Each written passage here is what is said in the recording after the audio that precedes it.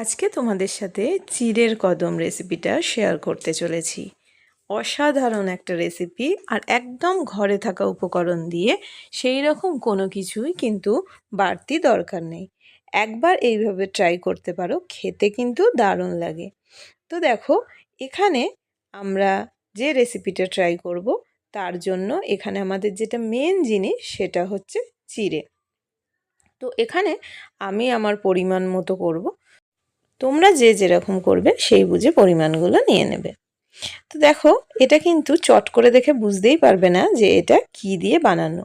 আর প্রথমেই এখানে একটা কথা বলি, কেউ যদি মনে করো চিড়েটা পুরো একদম শক্ত শক্ত সেটাও রাখতে পারবে, সেটাও আমি বলে দেবো। তো দেখো, এখানে আমি দুধ বসিয়ে দিয়েছি। দুধটা আমি দেখাচ্ছি এই কারণে, দেখে বুঝতে পারছো এখানে কিন্তু আমার অনেকটা দুধ ছিল। আমি আগে থেকে দুধটাকে একটু কমিয়ে রেখেছি।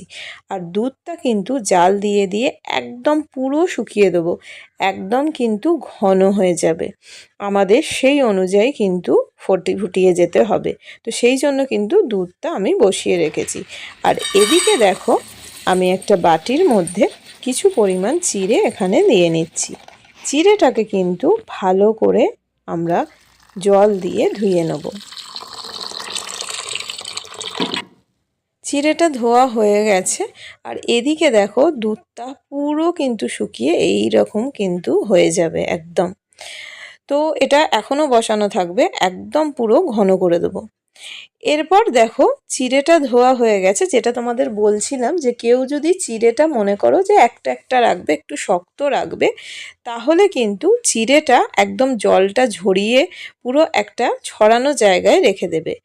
আমি এটা অনেকবার ট্রাই করেছি, একবার বেশ একটু শক্ত শক্ত রেখেছি, আর একবার এইভাবে। আমার এটা বেস্ট লেগেছে, তো সেই জন্য এটা তোমাদের সাথে শেয়ার করছি। এখানে চিড়েটাকে ধুয়ে নিয়েছিলাম। চিড়েটা যখন ধুয়েছিলাম আমি ইচ্ছা করে কিন্তু ছড়িয়ে রাখিনি। চিড়ের গায়ে যে জলটা ছিল সেটাকে দিয়ে যেহেতু রেখে দিয়েছিলাম, চিড়েটা কিন্তু নরম হয়ে গেছে অলরেডি। আর এখানে চিনি নিয়ে মিক্সার জারের মধ্যে গুঁড়ো করে নিয়েছি।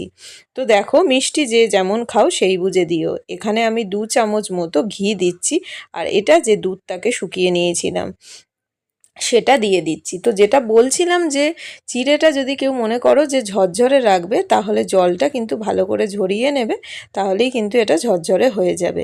আমার এরকম ভালো লাগে, পুরো এরকম হয়ে যাবে, বোঝাই যাবে না যে তুমি কি দিয়ে এটা বানিয়েছো।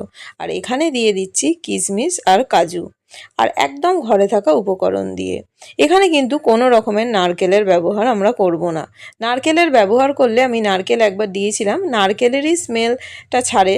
তো আমার এই রকমই ভালো লাগে। তোমরা যদি কেউ মনে করো তার সত্ত্বেও যে এখানে নারকেল দেবে, অবশ্যই তোমরা দিতে পারো, কিন্তু আমি এইভাবে ট্রাই করি। একবার এইভাবে বানিয়ে দেখো যে তোমাদের কীরকম লাগলো। এখানে এলাচটা গুঁড়ো করে নিয়ে এভাবে দিয়ে দিচ্ছি। তো দেখো, এটা কিন্তু চিড়েটা এইভাবে করব, পুরো কিন্তু এটা মিশে যাবে। আর এইভাবে করে গোল গোল করে শেপ দিয়ে প্রত্যেকটা রেডি করে নেব। আর এদিকে এর ওপরে যখন সাজানো হয়ে যাবে, আর একটা করে কিশমিশ, আমি অলরেডি এর মধ্যে কিশমিশ দিয়েছি, আর একটা করে কিন্তু কিশমিশ এর ওপরে দিয়ে দেবো। তো এইভাবে কিন্তু আমাদের চিড়ের এই কদম রেসিপি বা চিড়ের এই মিষ্টির রেসিপিটা রেডি হয়ে গেল। ভালো লাগলে অবশ্যই কমেন্ট বক্সে জানিও যে কীরকম লাগলো। তো থ্যাঙ্কস ফর ওয়াচিং। সবাই খুব ভালো থেকো, সুস্থ থেকো, সাবধানে থেকো। টাটা।